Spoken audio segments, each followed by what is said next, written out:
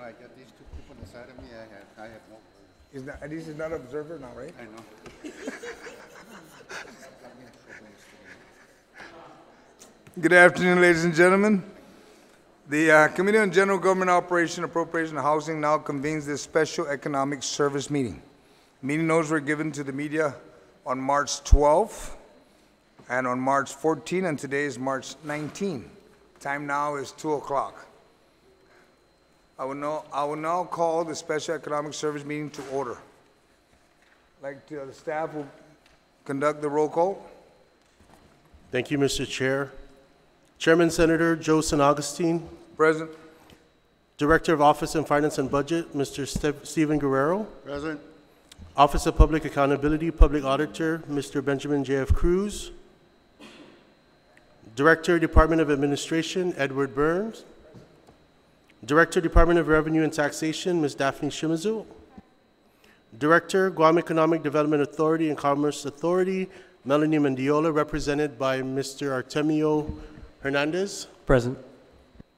Director of the Bureau of Budget and Management Research, Mr. Lester Carlson. Chief Economist of the Department of Labor, Mr. Gary House. Research and Statistics Analyst Manager of the Guam Visitors Bureau, Mr. Nico Fujikawa. Present. Mr. Chairman, you have a quorum. Thank you. I'd like to recognize my colleagues present. Start with my immediate right would be the acting speaker, Senator Talina Nelson. I have Senator Telo Taidegui. To my left, I have far left would be Senator Will Castro, and then the Chair on Committee on Rules, Senator Regine Besculi. And this is great because we have more males today, huh? You know, it's one of the very few times. You know, ladies and gentlemen, this will be our first meeting. I did pass, we do have a copy of the agenda. And there may be some issues, some items listed on the agenda that probably you won't be able to answer today. But we also want to recognize, sir, your name, you're from the OPA, right? If you can turn on the mic. Yeah, my name is Vince Duenas. I'm representing the Office of Public Accountability. Okay. BJ Cruz is currently off island. He's off island? Yeah. Okay, let's look at his budget then while we're doing that. Okay, we submitted that on the date it was due. Okay, great, great. You were there, I saw you. I know. Moving down on the agenda, we have the summary of the tax policy and public law number 115-97, the Tax Cuts and Job Act. I'd ask Ms. Daphne Shimizu if she can comment on that. Thank you, Senator San Agustin. With regards to the Tax Cuts Jobs Act, well, you know, one thing I was mentioning earlier is that we actually are still waiting on this year's processing of the returns for 2018, which, of course, that's going to be in April, and then we have the final extension, which is in October. And so until we get those numbers, it's really difficult to say what the final impact is going to be, at least from Rev and Tax's perspective. All right, thank you, Ms. Shimizu. Members, I'd like to remind you, we did provide you a copy, or a reminder more of the public law, Guam Code, we started with the Title II, Chapter 13. Please, at your leisure, which would be soon, read the law and make sure that you're ready for on our next meeting to report back. Not referring to what we asked you, Ms. Shimizu, it's referring to what is expected from each of the offices on what we would need feedback from. On the agenda, we go to number 2, impacts of public law going on fiscal year. I guess is leaning more towards BBMR and DOA because Ms. Shimizu already responded quite gracefully, talking about the CRER, and then the general fund revenues, special refunds, tracking report, and then the anticipated fiscal year 2020. And maybe if you can, provide an overview, and if not, please give us that a time frame, because on our next meeting, we want to make sure that as we're moving towards the budget, we want to get as much information as we can, and then we'll be asking the economists that are here, what can we anticipate, and how we need to watch out for when we're working on the budget, and what we can anticipate in general. Okay? Mr. Carlson, Lester? I'll actually defer this to Mr. Byrne. Okay, Senators, from a cash flow point of view, I'd like to say that we're experiencing a much more even cash flow than we did last year. Last year, at this time, we were actually in the throes of the Tax Cuts and Jobs Act, and we really didn't know where everything was going. Obviously, as far as gross receipts tax are concerned, where, with the 5% rate, and that having been the rate for some months now, we've been experiencing it. The average that we've been able to record is about 26 million a month in gross receipts tax.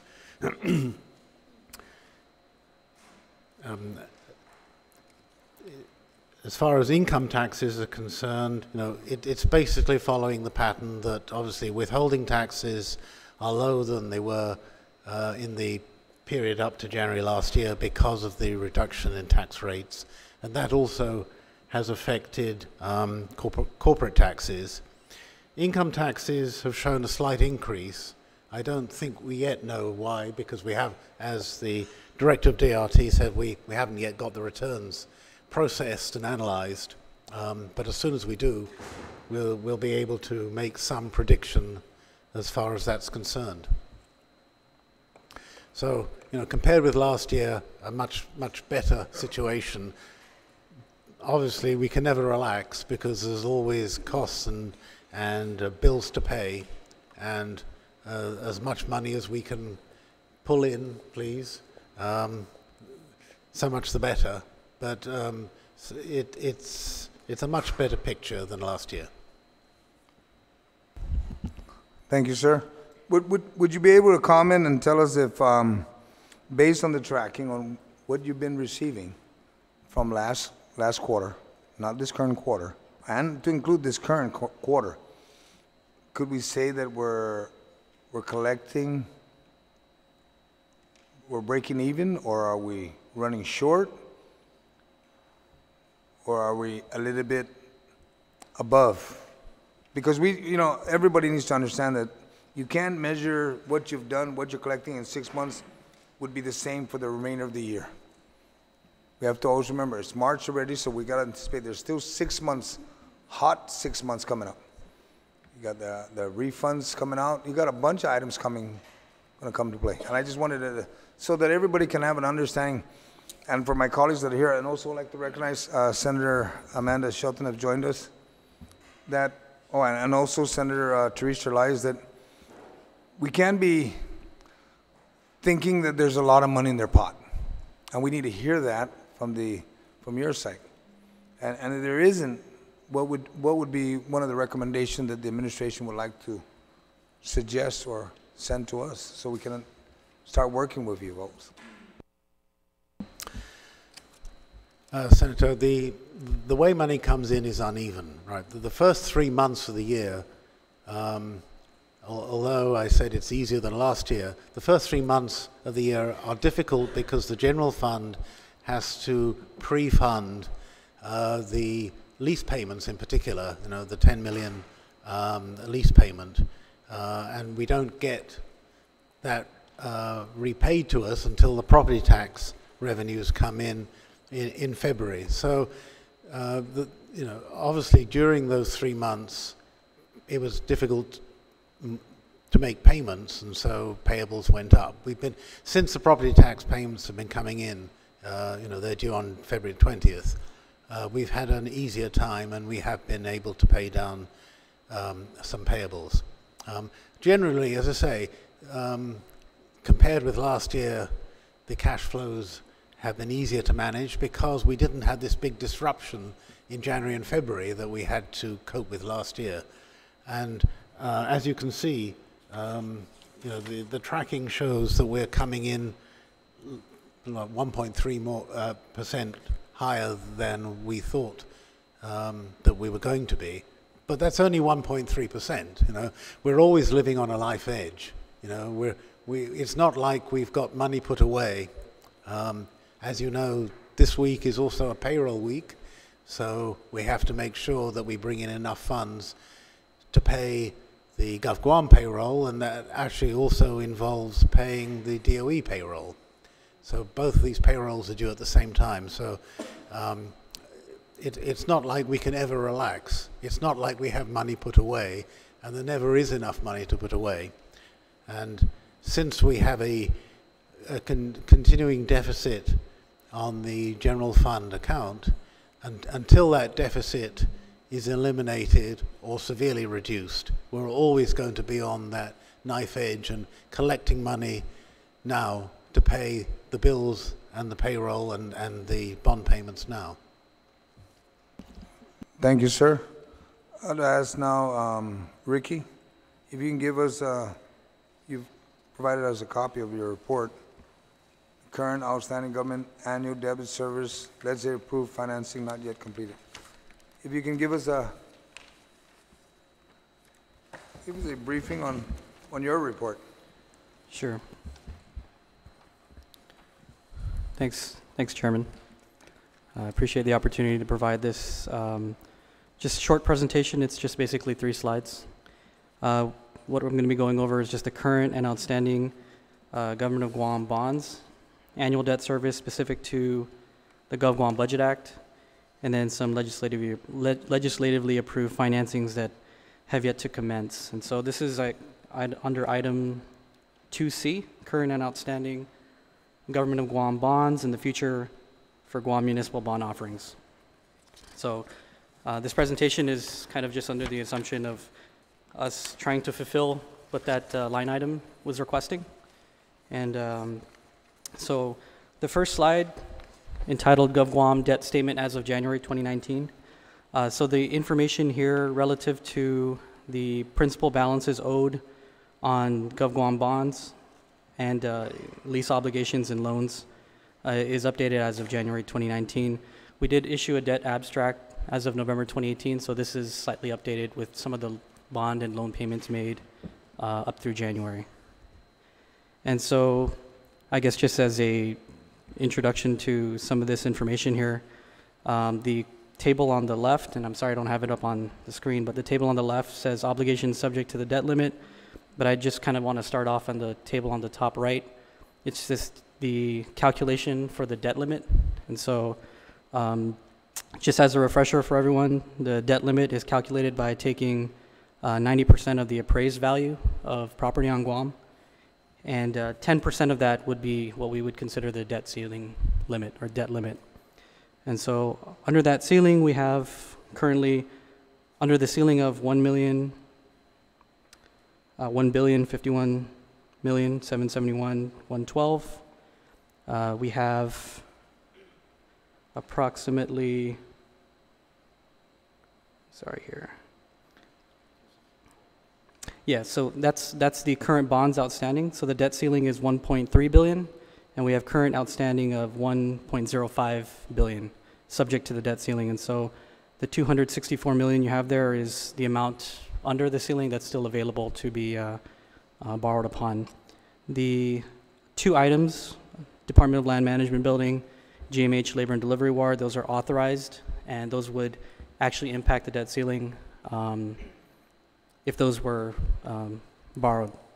And so the available debt ceiling after the legislatively approved financing that is subject to the debt ceiling is about 240 million. The table on the bottom right you have is some other obligations that aren't subject to the debt ceiling. And these are our certificate of participations. These are your leasebacks for the 4 schools, JFK, Okadu, Okadu Expansion, Teedson High School, and then the other schools under Series 2016. And just moving on to the table on the left, this is basically what we have currently outstanding: bonds, loans, bonds and loans. So I won't go through each one, but these are the ones that are currently outstanding. Okay. And on to the next page is just a summary of all the annual debt service that is required or continuously appropriated from each year's annual budget act. And I'll just note here, there's no total for the variances, but You'll notice here that the variance or the increase in the total debt service required for FY20's Budget Act is approximately 5 million or 5.1 million. Okay, so in FY19, this fiscal year, it's 88.2 million. For next fiscal year, FY20, it's 93.3 based on the current outstanding bonds and certificate of participation. And then on the bottom, you'll notice that the T's and lease agreement payments is 10.1 million, which is what Ed was mentioning, that's paid on January 1st of every fiscal year. Okay. And then the last page just discusses the projects that have been legislatively approved. This is your current authorized financings by the government of Guam that have not been borrowed on. And the first one you see here is the Department of Education. This is for Simon Sanchez High School, currently in design stage, and I think it's currently in the land survey RFP stage, which I'm not sure has been awarded, but it's in that stage right now. That is not subject to the debt ceiling if it was based on a certificate of participation. The other two you have here are land management resource building, which that's been postponed. The labor and delivery ward, which we expect, we as Ngita expect to issue an RFP out after the new A&E design has been done. I believe it's scheduled for May 2019, and so we'll issue the RFP for interim financing, not for construction, interim financing, which is required for the USDA, which says here federal loan, but it's a USDA loan. We have DPW Garvey bonds, which have been currently postponed, but there is just really preliminary discussions on what, if necessary, if those funds are necessary for a project that requires more than the allocation for federal highway funds that we get every year. And then there's the Judicial Council refinancing, procurement development stage, so that would be under the court, the Unified Judiciary. That doesn't have any impact on the debt ceiling as well. And then your Guam Water Works, which is a revenue bond, which they have authorizations to go out in a number of series. And so that doesn't obviously impact the debt ceiling, it's a revenue bond.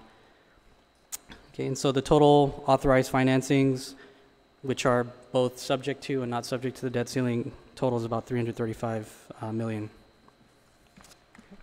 If you have any questions, please feel free to let me know. Any of my colleagues have any questions so far? Senator Tello. Thank you. I just have a question on the capital plan. You have proposed financing, Department of Education, design stage only plan for 2020, and the proposed financing vehicle, you have COP. What is COP? COP, that's a certificate of participation, so it's like a leaseback. Yeah. Mr. Burns, you were going to say something, or? No, we were actually talking about this right before he asked me, or okay. we were talking about what COP was. I asked him the same question. Okay, so. thank you. Okay, so certificate of participation. Okay, thank you so much. Okay. All right, we'll now proceed to the GVB's report. Thank you, Mr. Chairman. I have a really short presentation. It's about 100 slides, so I'll do it fairly quickly. No, it's actually about 23 slides, but I did want to give a good update to everybody, since this is our first meeting, on how the visitor industry is doing, and I do have a lot of good news. Right, so. and I would appreciate in the future meetings if you have a slide, Sure. please feel free to bring it, and we'll put it up on Sure. on the screen. Okay, No thank problem. you. So just looking at a quick tourism snapshot from 2010 to 2016, and this is something that I want to work with Reverend Tax on in updating for 2017 and 18 going forward. We do a report, an economic impact report for the visitor industry, and you can just see there compared side by side that in 2010, tourism generated about 148.5 million in government revenue for taxes, and by 2016, that number doubled to, or almost doubled about to $260 million. Again, you look at $1.85 billion in tourism economy sales, and then from 18,400 jobs in 2010 to 6 years later to 21,100 jobs. So, I mean, we all know how crucial the industry is to the island, and this is just a quick snapshot of how relevant things are. One of the first things I do want to bring up was the typhoon that happened back in February, Typhoon Wutip, which became Super Typhoon. You know, we did go into core 2, but I kind of wanted to paint the picture and illustrate just how fragile and how volatile the industry is. If you look at the slide there with that graph, usually on a day-to-day basis, the seat capacity that we have compared to the visitor arrivals that show up is about 75% load factor. So these planes are about 75% filled with our visitors. And you can see right there the 2 days that flights were canceled due to the storm on February 23rd and then February 24th. You see the impact of something as simple as it just passing by us. It didn't really hit us. It had minimal damage to the island, thankfully. But at the same time, our industry was greatly affected. Those numbers were only 28% filled on those planes with those cancellations. Even though we did have some extra flights the day after to make up for that, there's still some loss in seats and there's still some impact. So, it's something to consider as we look at our industry. But the good news is it's a very resilient industry at the same time. If you look at the following page, our arrivals for February 2019 actually ended close to almost 8% growth versus last year. And a lot of that is attributed to our extra seats that we've been pushing to add to the market, especially with Japan. I know a lot of people are talking about Japan being on the rebound, and this really does play into consideration is the seat capacity that it is, or that they have coming to the island. So you can see even with things like the typhoon, we're still resilient enough to finish positive. I do want to make mention, and you'll see it in the following slides as well when we do an arrivals update, but we really have to keep a close eye, and we are watching Korea. Korea has been on an economic boom, as well as the visitor arrivals in Korea have been extraordinary in the past couple of years. But now we reached that tipping point, and now the market is starting to stabilize. So it's also something we need to consider when we start diversifying further into new markets, or then how we mitigate this stabilization. So, sorry, just moving on. I wanted to give everybody updated numbers. As of March 12th, we still are on a positive track. March, not only being Mes Chamorro month, but is also a peak season for the visitor industry. March and August are usually our highest peaks in arrivals. So we are on track to probably hit around maybe 145,000 to 147,000 visitors for this month. And it's usually a record month for us in terms of arrivals. Can I just move on to calendar year to date, and then of course fiscal year to date? I do want to make mention, you'll see that the 3 bright reds are always within Korea, Taiwan, and China. And a lot of the struggles we have are, of course, with seat capacity. There's no direct flight with China anymore. So it's something that we're continuing to try to help and mitigate, as well as Taiwan. And then with Korea, like I said, we're seeing that stabilization. There's close to 900,000 seats coming out of Korea alone. And so, when the market grows so quickly, now it's going to start to eat itself. So we'll start to see those numbers drop down and, as I mentioned, stabilize, right? Fiscal year to date, some really good news there. We're up 7.1% as of March 12th, from October 1st to March 12th of this year. We're pleased to show that Japan since 2013 has been on a decline. But with this past year, we've been able to push new charter flights and more seats into the market, and that's why you see that 27.7% increase with Japan. And what that's doing is it's doing the reverse of what Korea did during the decline. It's mitigating the drop in Korea, but it's still allowing us to finish positive. And so, there's a lot of things that come into play with our projections and things like that. So we are on track to be a record year in visitor arrivals. This is going to be our top year if things, all things considered. So again, if you look at Korea, negative 2.4% is still a slow decline, but we are losing some seats in that market. I wanted to give an update as well on arrival projections. Sorry, digress. Sorry, Ricky really made his presentation short. So for the projection side of things, FY 2019, we are on track to hit 1.6, which I mentioned would be a record year for us.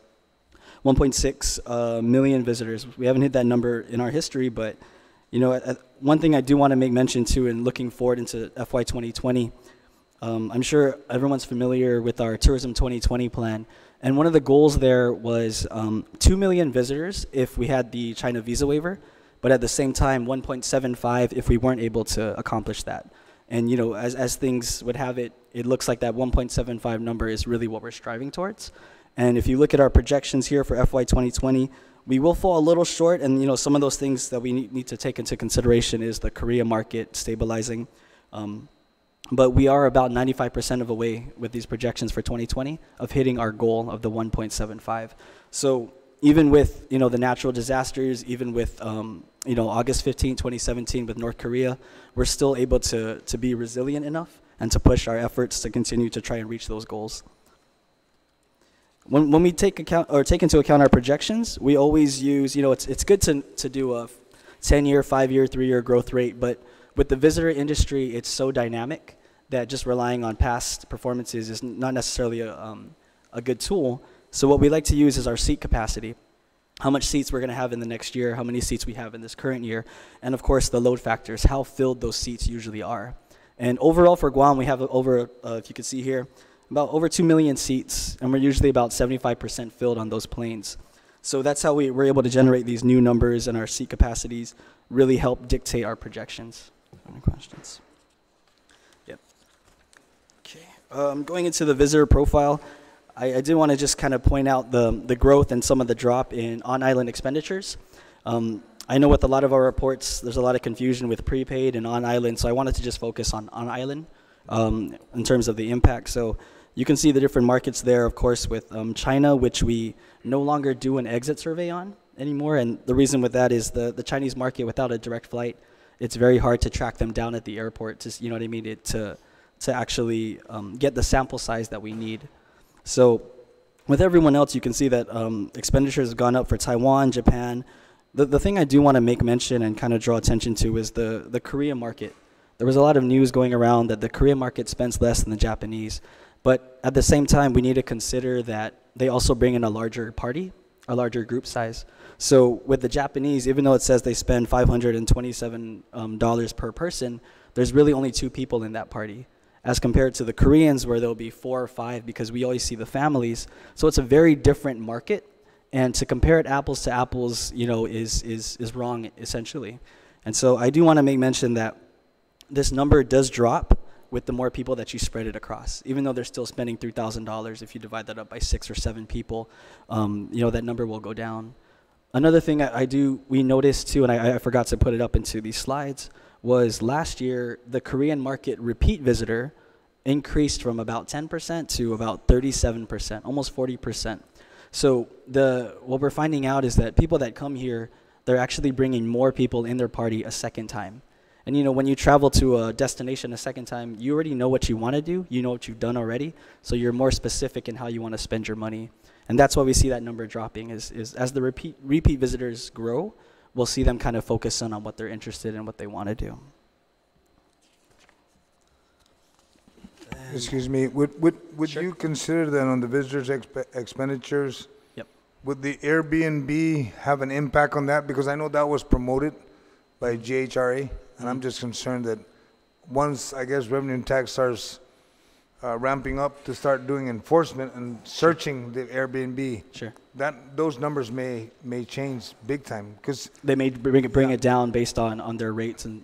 right, or what you're actually saying. more, because if they're running illegally and they're in bed and breakfast establishments that are not recorded, Right. and we're not collecting the taxes on it, you won't be able to see it yet until you find them and know what they've been spending on where they're from, Japan, Korea, or Taiwan, or China. Right, but I think also too with the Airbnbs, and it's actually a really good thing that you bring that up is it comes back to capacity, right? We only have a little less than 9,000 hotel rooms on island, so the Airbnbs are really another avenue for us to explore in order, if we want to hit this 2 million visitors, we can't necessarily handle that capacity within 2 months of itself. So yeah, you're absolutely right. Cool. Let's see. I promise. Oh, the last thing I do want to make mention to, and this is a kind of a quick highlight, is Golden Week is upcoming, and we've been meeting with the airport a lot and all these different stakeholders. But the reason why is this Golden Week for Guam is going to be a record-breaking Golden Week. We have over 68 charter flights. You can see there over 12,400 seats within a span of 9 days. So what this means is, with these charter flights, the load factors, these planes are more filled because they already purchase out all of the seats. And then, of course, they got to sell it. So, we can expect an influx of around 1,000 additional visitors a day. So daily we receive about 4,000 to 4,500 visitors each day, but you can imagine within this condensed period an additional 1,000 on top of that. So daily we could be bringing in 5,500 to 6,000 visitors per day. And you know, I do want to bring that up to the committee and to the team, just so they're aware that in the public during that time, from it's going to start April 24th through May 5th, and you can see in the middle of that week just how many arrivals and how many additional people will be coming in. So you'll see a little more presence in the public. So, but we are gearing up to kind of accommodate that and to mitigate that. So, yep, and that's my presentation. Good news on the visitor side. All right. I have a question for you. In the past few months, the minister has been doing quite a few exercises on Guam. Do you have a rough number of what the impact has been in the tourism industry? Because, you know, I know they've taken up a lot of rooms down in Tumon. Right. And I'm just very curious to know is, because you mentioned that Airbnb may be an industry to look at.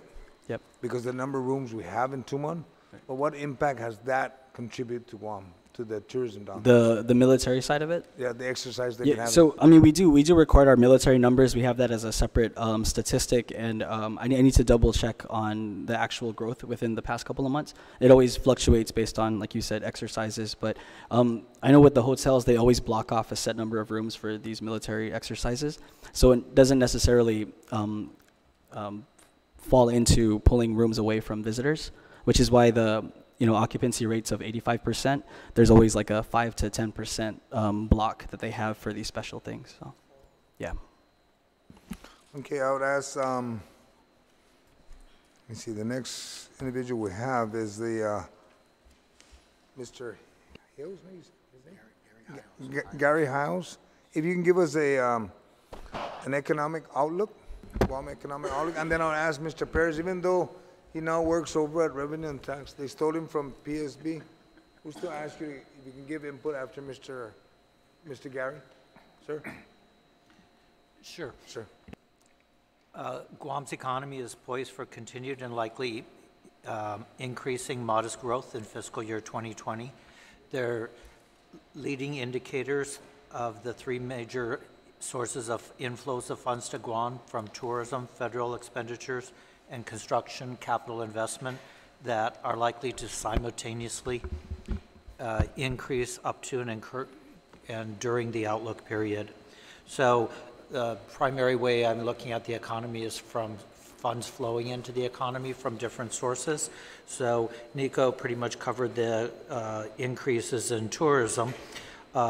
The worldwide economic environment remains positive, although projected short-term growth rates have been moderating in the world and the Asian region in general. Two of the world's largest economies, U.S. and China, remain strong, and primary market economies for tourism, Japan and South Korea, remain positive, although slightly moderated from earlier estimates.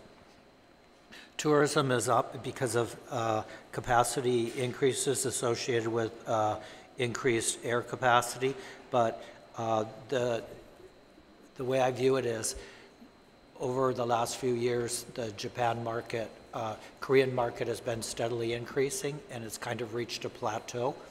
However, associated with the issues in North Korea and the political issues with the United States, when the Japan market was plummeting, the Korean arrivals were making up for most of it, so the dip was relatively minor.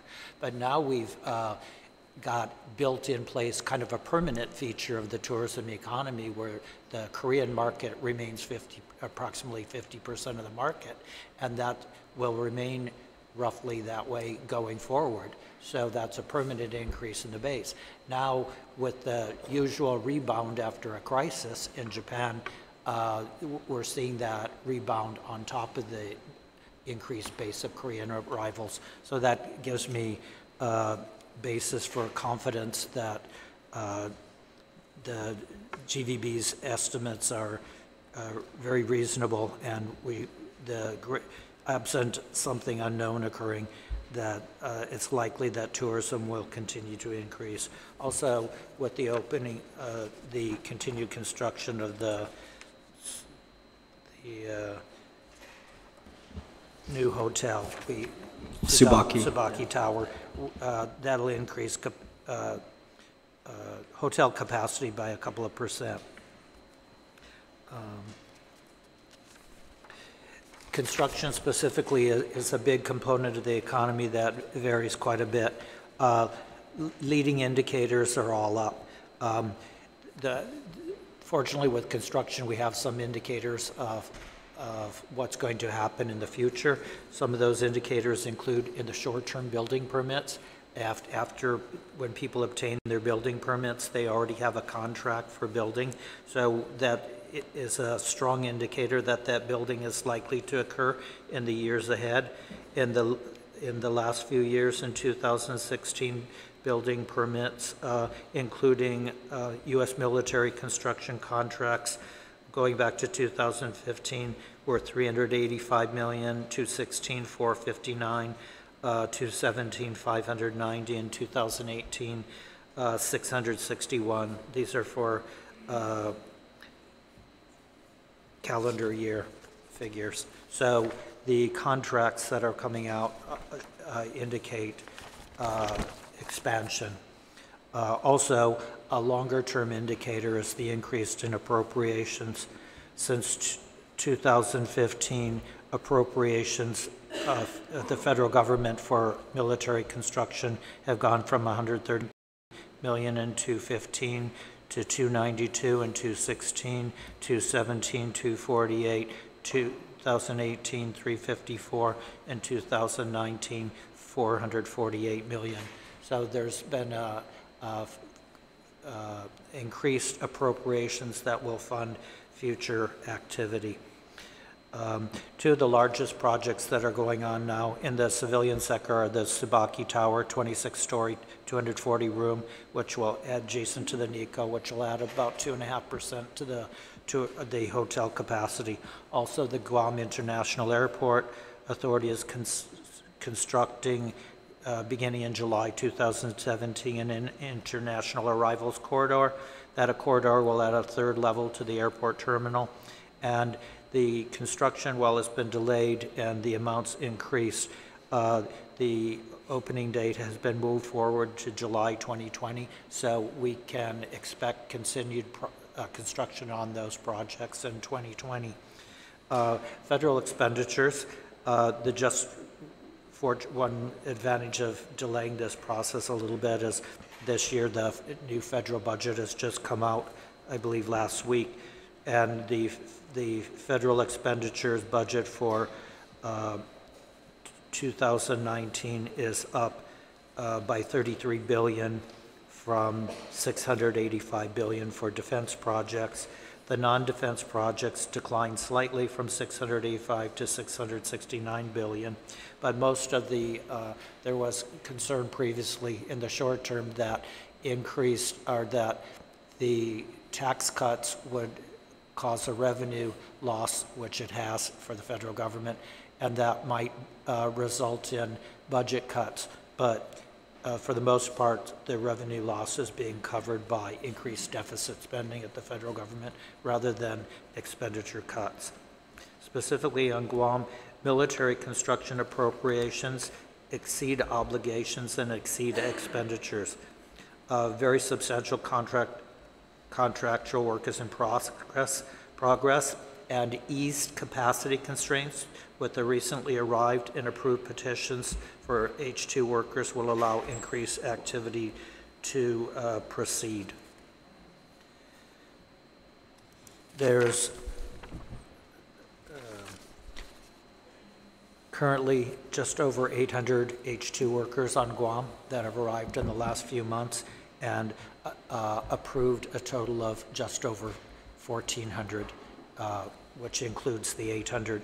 So as those arrive, we will very closely come back to the total number of H-2 workers we had a few years ago. So with the combination of contracts and work in place and supported by future appropriations, the the work is there, and with reduced capacity constraints, construction is likely to, it's already increasing, and it's likely to increase measurably more in the short term. Okay. The resident consumption is about a quarter of the economy, and if for direct spending, and as the other sectors bring in money to the economy, the increased spending should result in increased spending of residents. So in summary, it looks like all of the major sectors of the economy are growing moderately simultaneously, so that supports an outlook of modest growth for 2020. Thank you, Gary. That sounds a lot better than Uji was providing last week. I'd like to also recognize Senator Kelly Marsh Titan, joined us today. Let me go ahead and proceed on down to Ms. Simsu, who's eager to let us know the status of tax refund payments, where we're at, and the tax amnesty. Just generally, just brief us. I know that there's a lot of people in Guam want to know, are they going to get their refund soon? I can only suspect that you're still trying to pay off last year's refund, but if you can just report that, I appreciate it. Thank you, Senator. So, yes, actually, what we're processing, well, we are required because of the permanent injunction to make sure that we pay out refunds within 6 months of the time that they're filed if they're A status. And so we actually print and process those payments at the Department of Revenue and Taxation, and then those get released and signed by the DOA.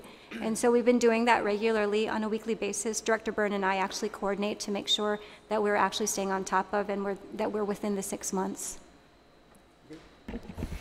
Okay, and you can go ahead and I'd also like to recognize Senator Moylan has joined us, Jim. But if you can report out the amnesty program that happened last year, where we're at. With regards to the amnesty program, and this is a draft, and this is just an update basically of what was provided to the 34th Guam Legislature late last year. And so if you'll look at the very first page, I know it's double-sided, but if you look at the top, the columns would be, you wouldn't see penalty and interest. So you want to look at the page where the top just basically says draft amnesty program, and there is not a penalty and interest. So that's the first page. Sorry, it's going to be, so it's double-sided. So in terms of actual amnesty applications, the total applications that were received, we received 2,551 total applications.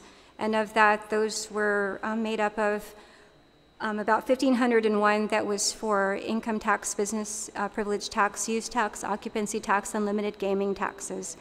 In terms of real property tax, we received a little bit over 1,000 applications. So that's about 2,500. With regards to the taxes due for those, we have in our system that those would be about 35 million.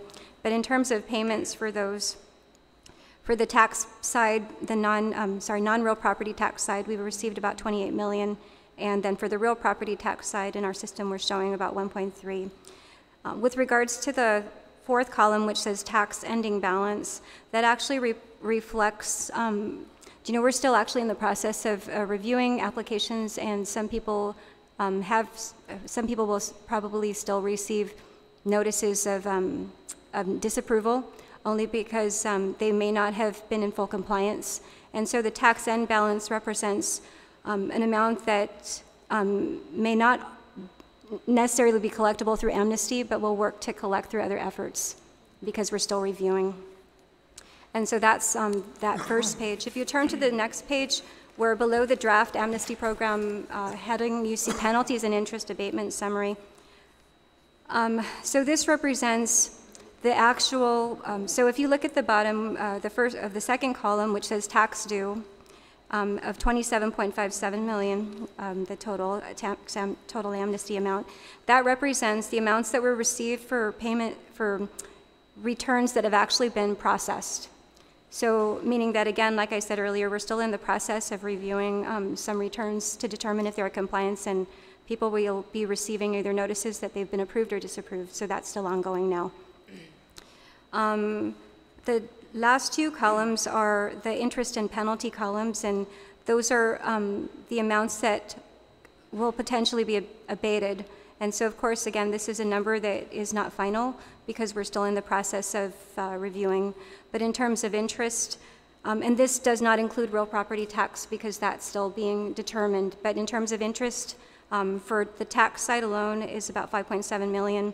And in terms of penalties, not including real property tax, again, it's about 10.2 million. This is what we have. Thank you. Would it be safe for you to say that whatever we were trying to collect on the tax amnesties, such as on the first sheet, we were going after $30 million, we gave away $30 million in interest and penalties? Or would it be a lot less? It's almost equal? So if you look at the second page there, so this is the second page where it shows penalties and interest. The total of the payments is about 28 million that's been received. Again, not including all the real property tax because we're still working to review those. And these are, sorry, the second page actually reflects those returns that have already been reviewed.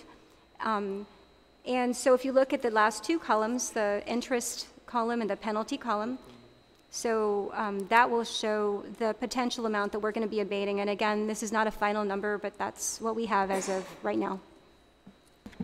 Okay. I wanted to see first if there was anybody else. Madam Speaker, please. Now we're going to open up for questions, okay, folks? So just relax. All right. Thank you, Mr. Chair. We're addressing the amnesty, the tax amnesty specifically, right? So last year we had we have been made aware of a business entity that owed $14 million in taxes. And it was not part of the amnesty program. It was part of a tax lien agreement. So what is a tax lien? What does that mean, a tax lien? Yeah. So as I understand it, so there are things that I've been signing. There are liens, there are levies, and there are warrants, right? Okay. So with regards to liens, what I've been signing, or when we've had liens that I've been aware of, the liens are actually liens on properties. Okay. And so does that answer? So can you just, for the public, explain what a tax lien is and what happens in a tax lien? Is there any penalties towards the lien?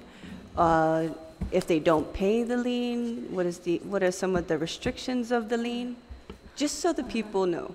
Well, the first thing I have to make sure I share is that it's very important that I can't speak on any specific taxpayer. So when I'm right, we're talking about because liens. of disclosure, we're talking about liens. Yeah, so in terms of disclosure, I have to make sure that I share that. Right, we're not addressing a specific taxpayer. Yes, sorry, but I just want to make sure it's clear. I did not say a business or a company. Yeah. So, but in terms of liens, what I've seen is we've seen liens on property, and so. So that's basically just a lien on the property, so that if there is so the property cannot be sold or transferred, and that's actually, as I understand it, it's a public document. It's like a hold on the property, right, Def? Correct. That's what a lien is. It's like a hold. And so, if an individual or a business does not pay towards the tax lien agreement, what happens? If an individual doesn't pay on a lien, right? Well, okay. Maybe I need to be a little bit more specific. There's an article on the Guam Post. There was an article on the Guam Post, and in this article, it had a specific business, and the specific business owed $14 million. So they posted up on the Guam Post the tax lien. And we didn't see any penalties or fees specific to the tax lien. And this lien was $14 million worth. And so I'm wondering if any movement has been made to collect the tax that is owed to the government, or what is the status of that? Yeah. Well. I mean, again, I can't speak on any specific taxpayer, but I can speak about collections in general. And with regards to collections, there's a few things that we have done since I started. One, we started, our revenue officers have begun to go out, and they've actually gone out to visit taxpayers, and so you'll see that.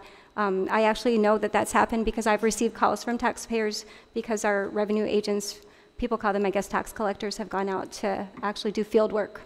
The other thing that has happened is a few months ago I did send out a press release regarding referring cases to the Office of the Attorney General. And so we actually just this week have referred some cases, and I'm very proud of our team that we've done that, because that's something we've been working very hard on these past few months. So in terms of collections, we really are working on collections, and we're working to make sure that we get people into compliance. And I've been sharing with our taxpayers, we want to help people to get in compliance. The idea is to get people into compliance so that they come in and they're, they don't have to worry or look over their shoulder with regards to taxes. The cases that we're referring to the Office of the Attorney General are those cases where we have fully exhausted all of our means to work to collect, and those are generally cases where we've followed all the processes. I mean, we've given all of our notices. We've tried contacting the taxpayers, and at this point, it's not possible for us to. It hasn't been possible for us to continue to make connection with the taxpayer for whatever reason. So those are the cases, and we were actually going to be issuing a press release on that, but we actually just referred some cases this week. Thank you, Mr. Chair. I think, Ms. Sims, I think one of the concerns of most of my colleagues here is, I'm trying to word it right, because I understand the disclosure. If a business is in business and is not up to date in paying their taxes, what action is Revenue and Tax doing to the business as they continue to not pay their taxes? Are they allowed to continue to conduct business without a payment plan or anything? Because I understand when you put the lien on them, it's like what the banks do on everybody. Yeah, but well, I know for a fact that whatever the payment plan is set up, maybe you might want to explain a little bit. I think that's what my colleagues were after, because like they mentioned last year, it was on the news. We're not going to mention them, but everybody knows who they are. There's $14 million that was out there, but there's probably other folks that are in the millions also.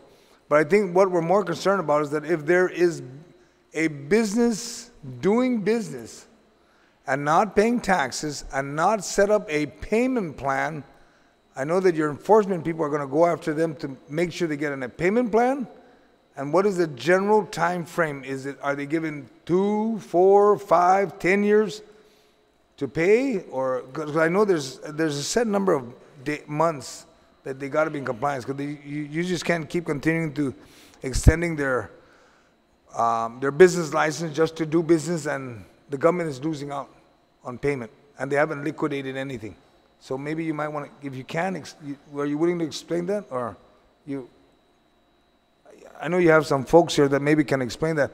Mr. Pablo, you want to explain that a little bit so that we can try to educate the people of Guam what's going on out there? Because sometimes the people of Guam would actually say, well, why don't they go out there and just close them? No, we don't close business, because that disrupts the economy. You want to get them to pay, stay in business, but there's got to be a timetable. And maybe you can explain that, Mr. P. Thank you, Senator. Well, first of all, just to clarify what a lien is, a tax lien is an encumbrance on assets generally. And what it does is it restricts the assets from being sold or being transferred. It doesn't mean that that can happen, because whether it's an income tax law, the GTIT, or the GCA, there are several enforcement tools and remedies that taxpayers can opt to choose. Some of them are installment agreements and offering compromises, various tools and methodologies. So every taxpayer case is not specific. There are general guidelines where they submit financial statements to be analyzed, their capacity to pay, effective tax administration is considered, if there are general hardships. Excuse me, my throat's bothering me a bit, but every taxpayer case is treated differently, but there are general guidelines in how we do fair tax administration. I'm sorry, did I answer your question? Senator Nelson, did that pretty much answer the lien? I think it was just trying to find that. But how about the payment plan? If they get in a payment plan, how long can they stay on a payment plan for that fiscal year? I mean, how many months? It's quite interesting. Again, every case is dependent upon the taxpayer's capacity and their structure. In fact, you see some taxpayers on a payment plan where the tax will be in what we call CSET. It'll be in statute of limitations. It'll expire. And the reason being is because, we're faced with a double-edged sword. If we can do an injunction on the local side, and, I don't want to jump the gun in a release that's going to come out, but we've been working with the Attorney General's office.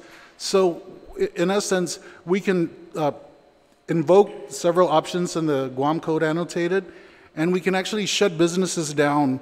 But like our director has mentioned previously, we want to work with all taxpayers, and we want to work with them so that they continue to operate and pay their obligations. But those who just don't do it, you'd be surprised that the different actions we take them to court. We can seize their assets. We levy their accounts, their bank accounts, and so forth. But some of the ones you haven't been seeing in a long time are injunctions, and that's where we're actually going to propose to shut businesses down. Those have been continuing to do it and have the capacity and the ability to pay, but are just ignoring their responsibilities.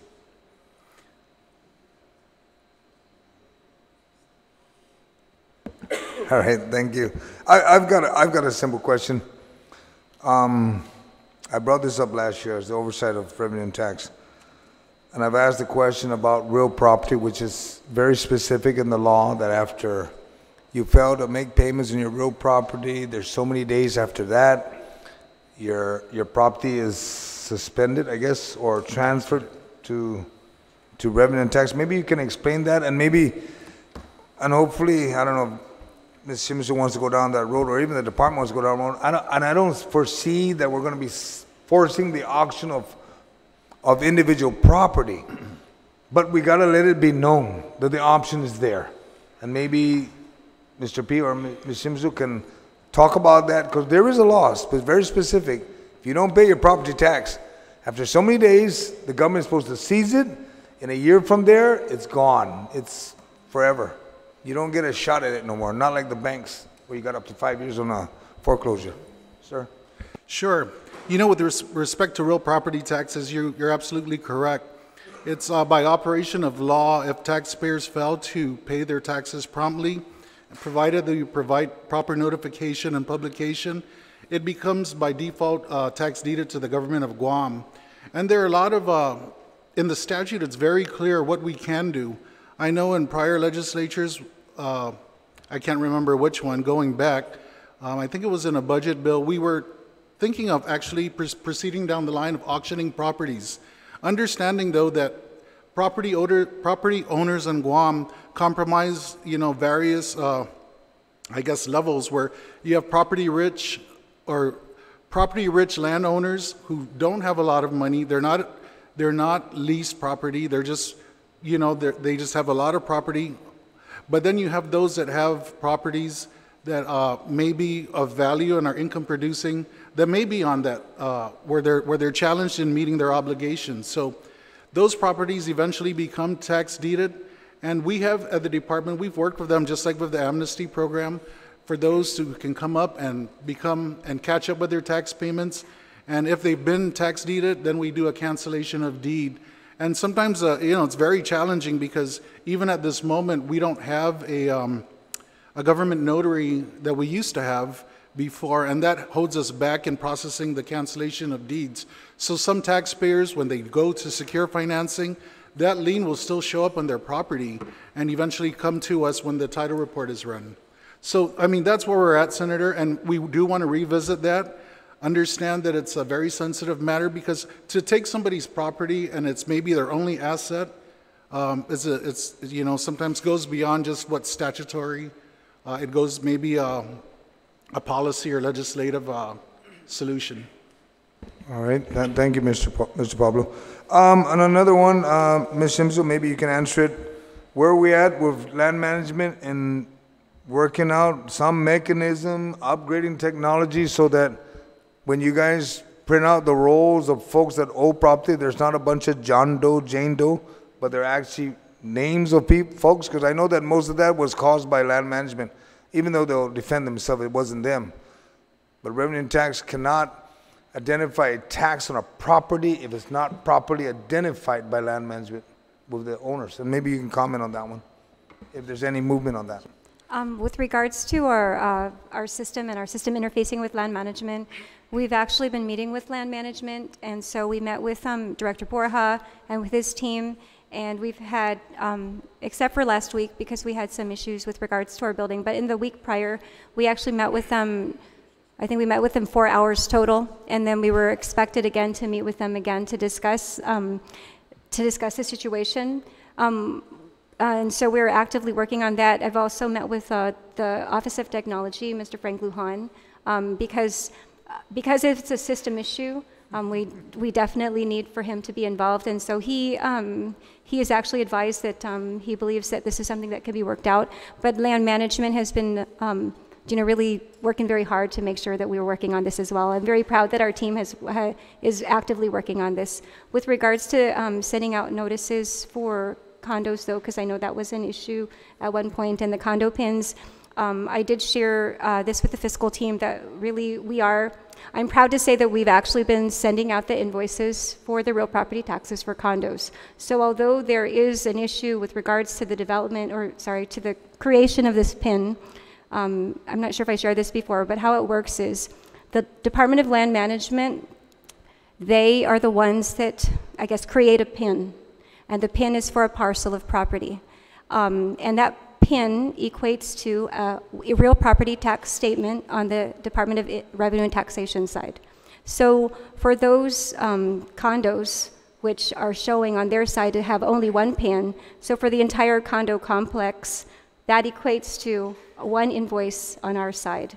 But our team has worked with land management so that way we have, even though we don't generate individual tax statements for every single individual that owns a condo unit, we have been sending out the invoices at least to the homeowners associations, and I can tell you that we have been receiving payments on real property taxes for condos. Thank you. All right. Senator Shelton, you had a question, and then after you it'll be Senator Turley.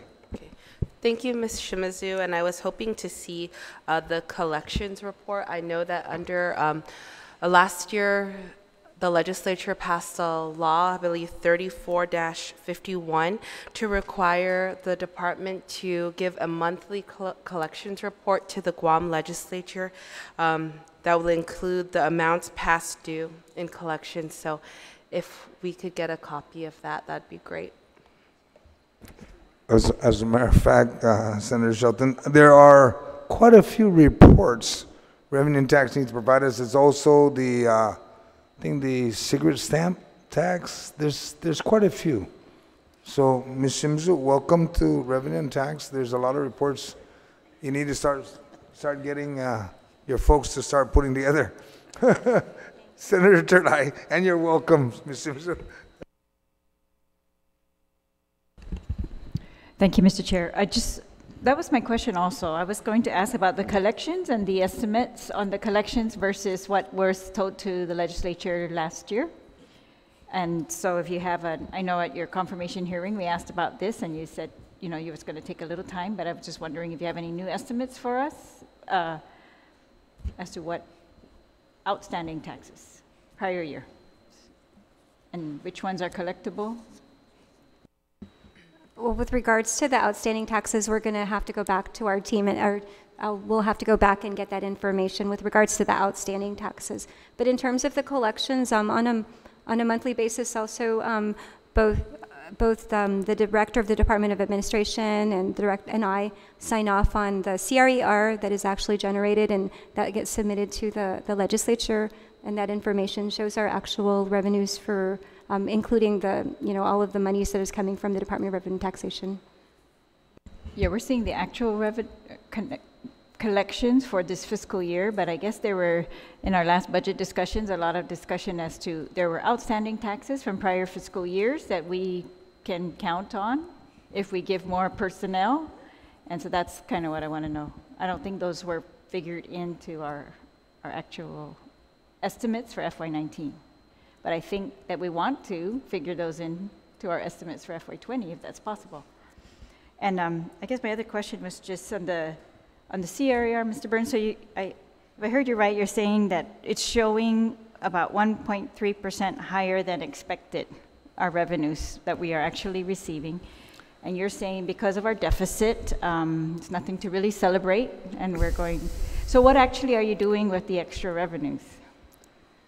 Well, 1.3% is not a whole lot. I mean, it amounts to about 5 or 6 million, right? Right. Sounds like a lot to me. $6 million. Yeah. Okay. Well, our weekly expenditure is something like 15 million. So, it's 2 or 3 days, and I don't mean to belittle it. 5 million is obviously good, but what we've been using it for is to pay down. I mentioned paying down the payables, and we've been pretty successful in doing that. The payables, you mean prior years, or? Yes. Well, we always have invoices that come in and build up, and I think you recall that one of the big ones, in fact it amounted to about 5 million, was the retiree healthcare premiums from last year that we had to pay this year. That were not kind of predicted in the budget as an appropriation expenditure. They were predicted, but unfortunately it was assumed that we were going to get the repayment from the carriers, and that never happened. But we still had the bills to pay. All right. Okay. How much is that? That coincidentally was about 5 million. All right. Thank you very much. Thank you. And excuse me, but I forgot to recognize the Director of Office of Finance and Budget, Ms. Tigra, and I think you have some questions for Gary.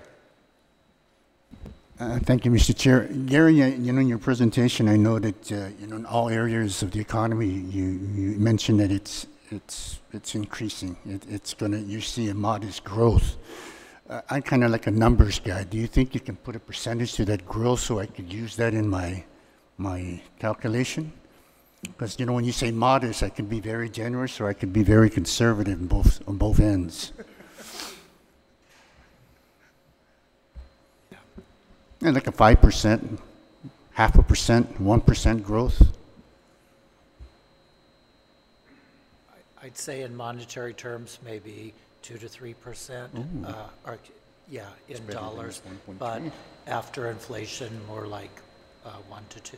1 to 2. So it's the same as DOA's director's projection of 1.3% increase. Well, I guess we're on the mark here. And one more thing for JVB. The total number of arrivals you indicated was hopefully we're looking at maybe 2 million by the end of 2020. If you look at 2019, you indicated that the number of arrivals are up, 1.6, 1.8 million. I was just curious that, with the number of arrivals are coming in, that also include, going back, they also said that Guam is losing maybe about $30 million a year on the B&B issue. Your total numbers of arrivals, those include those B&B passengers coming in? Right, so for the 2 million number was our goal for the 2020 if we were contingent upon the Chinese visa waiver. So our goal without the Chinese visa waiver, which is a little more realistic at this point, was the 1.75. So our projection for 2020 was about 1.675, so we're about 75% or 75,000 off from that number. But yes, those do include arrivals that we see, and we do see a lot of them in taking into account these Airbnbs as holding them as extra capacity. As Gary mentioned earlier, the only real hotel development other than the Dusitani in recent years is the Subaki Tower, which is still in construction right now, and that's going to bring an additional 340 rooms. So capacity, as it becomes an issue in terms of increasing our arrivals, is really where we look to the Airbnb to hold that additional, you know, whether or not it's in Tumon area. But yes, we do take that into consideration in terms of projections and what we're looking for. Okay, thank you. Appreciate it. Thank you. The economy is an important and kind of the foundation of the budget in terms of the revenue, but also there's a lot of non-economic things that can cause significant deviations, extraordinary capital gains, reconciliation of Section 30, things of that nature that may result in the revenue is much more volatile than the economy.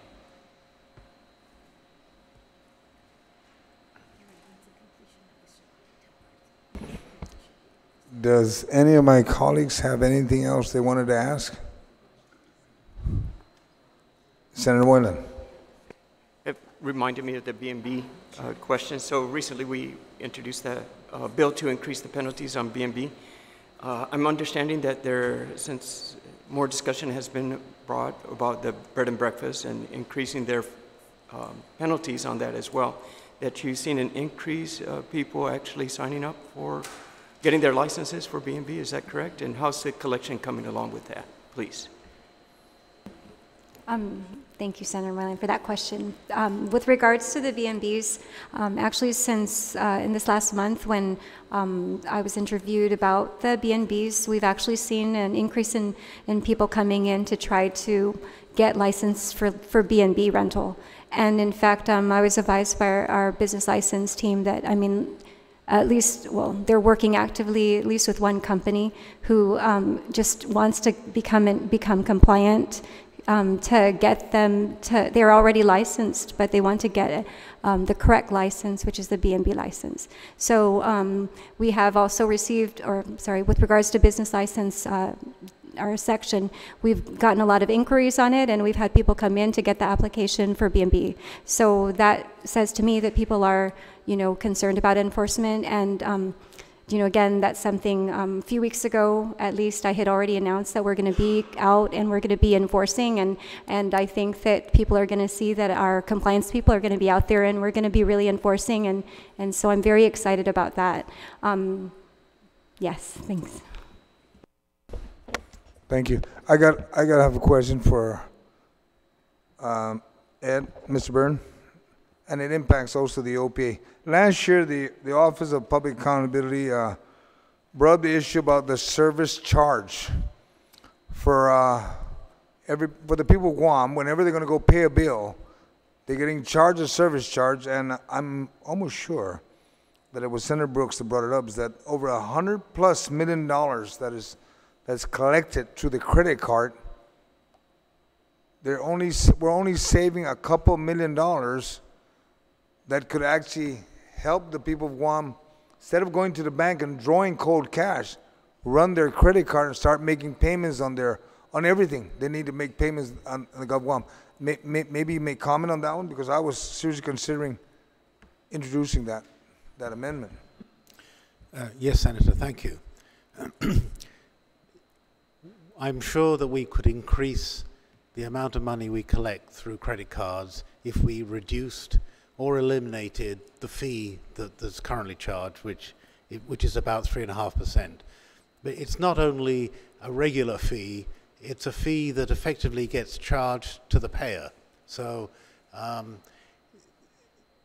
the process is a complex process because when you run the credit card, you not only run the credit card and collect the cash, you then effectively are charging the payer with the fee.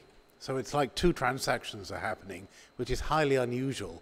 In most cases, you just add an amount onto the payment and collect all the money in one go. We're also looking at using ACH payments through banks, which are effectively free because there's no credit card charge on that. So we want to try and encourage people to do that. And that would be a new process which we'd have to work out with the banks, because we don't have the method of actually communicating with the banks now. But as far as the credit card fees are concerned, yeah, yes, I think it is a barrier to people paying by credit card. And, you know, some people come in and pay by check, but I think you'd be surprised how many people come in and pay with cash, and that cash has to be transferred to the bank, you know, with an armored car company, and that's expensive too. So any way that we can reduce the cost of collections certainly would be helpful. Okay, and I would actually request the OPA office, please research your other audits and please advise us on that report, because we would actually want to seriously consider that. If we can find ways to increase payment, bring more money would be best. Senator Castro, you had a question? I just want to follow up on your suggestion, Mr. Chairman. Maybe DOA can answer this. Would you happen to know how many agencies actually use these types of payment transactions? I know that GMHA has an online payment gateway system, but do you know if we maybe bid this out or RFP it out, or there's a consolidated effort for you know, kind of more than one agency to use a single carrier?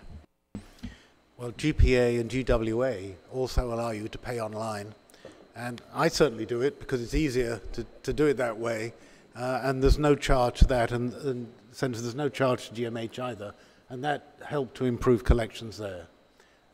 Could we put it all together? I think we could, you know, bid it all together. Actually, separating out the payments would be necessary, but certainly I think once you start down, you know, I think as far as if the central government started down that track, because the collections would be so much more than any of them, I think you would get the volume advantage from that. Thank you. Madam Speaker, you have a question? Or Senator Tello first? Actually, mine is just really quick to GVB. To Bashi, the towers that are coming up, when is the completion date? The Subaki Tower, I don't know the exact date, but it's been pushed back due to the labor force. So I believe it might be a little bit later next year. It was supposed to be, yeah, 2020? I believe so.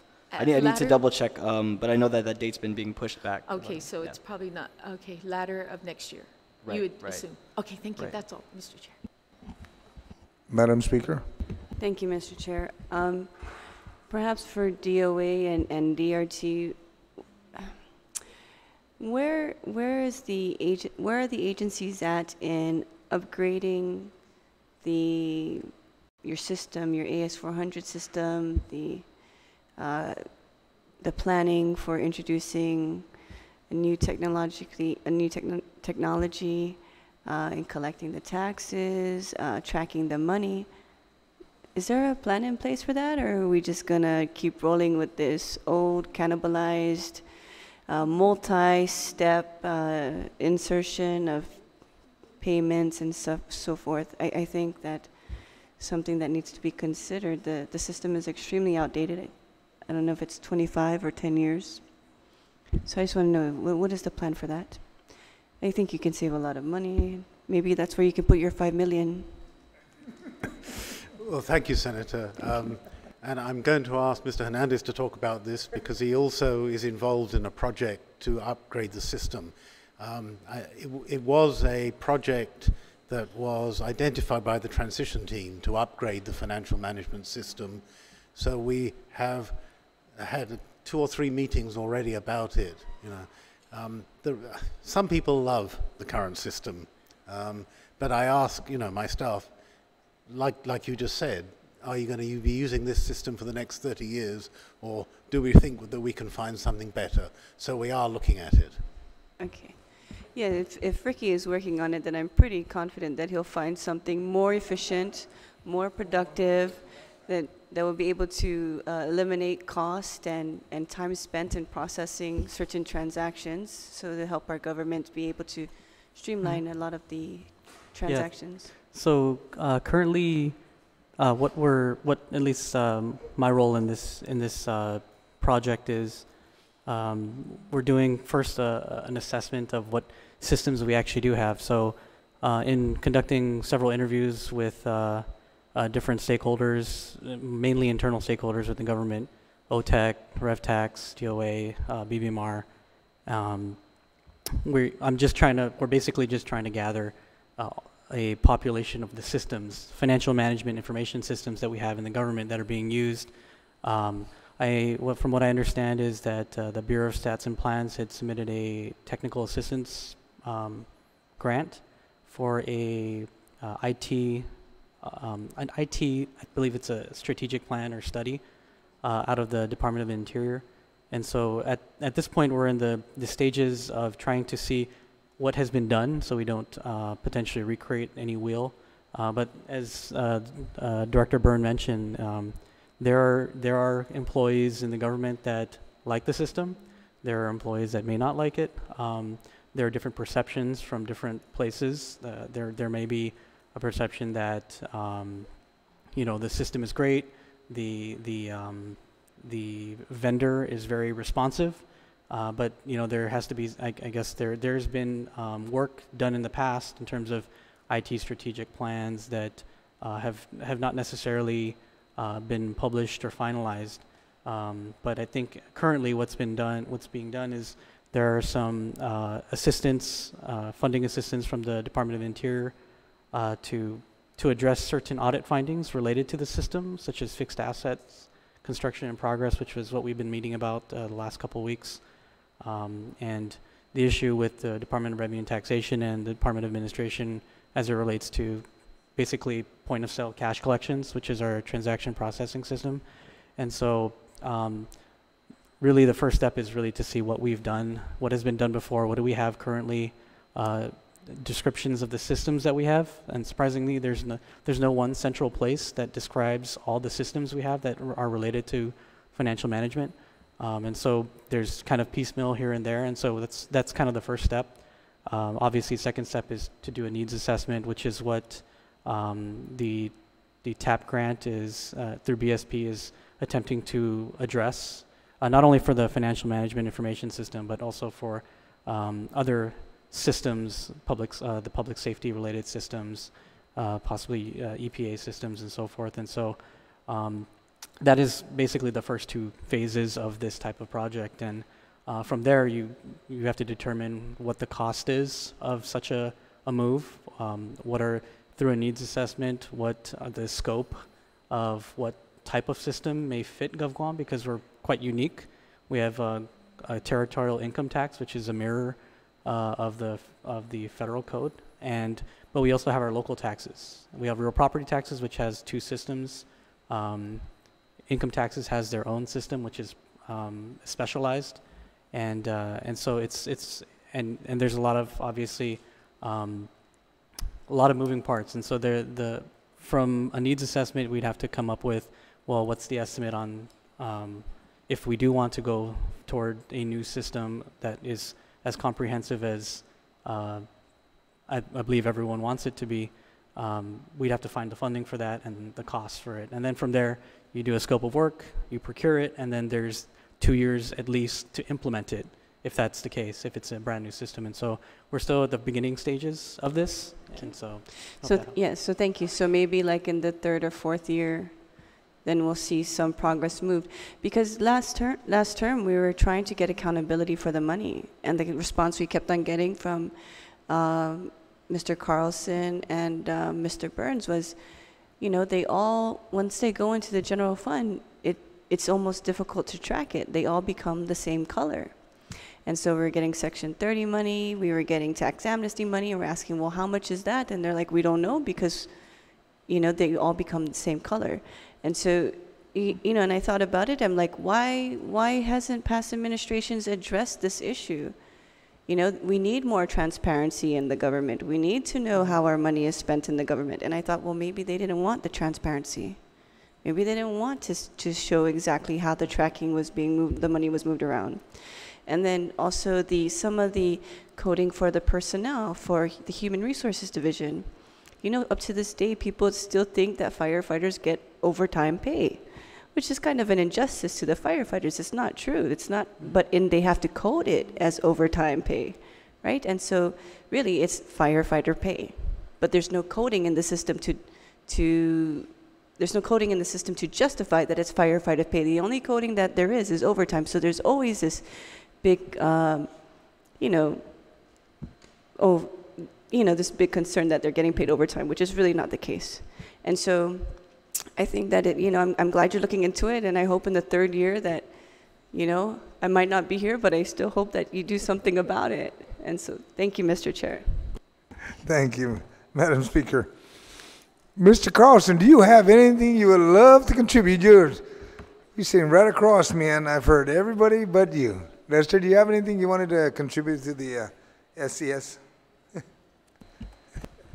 Thank you, Mr. Chairman. I'm a little under the weather today, so earlier I asked the chairman that, pardon me if I'm not as involved as I normally am, but I'm just a little ill. But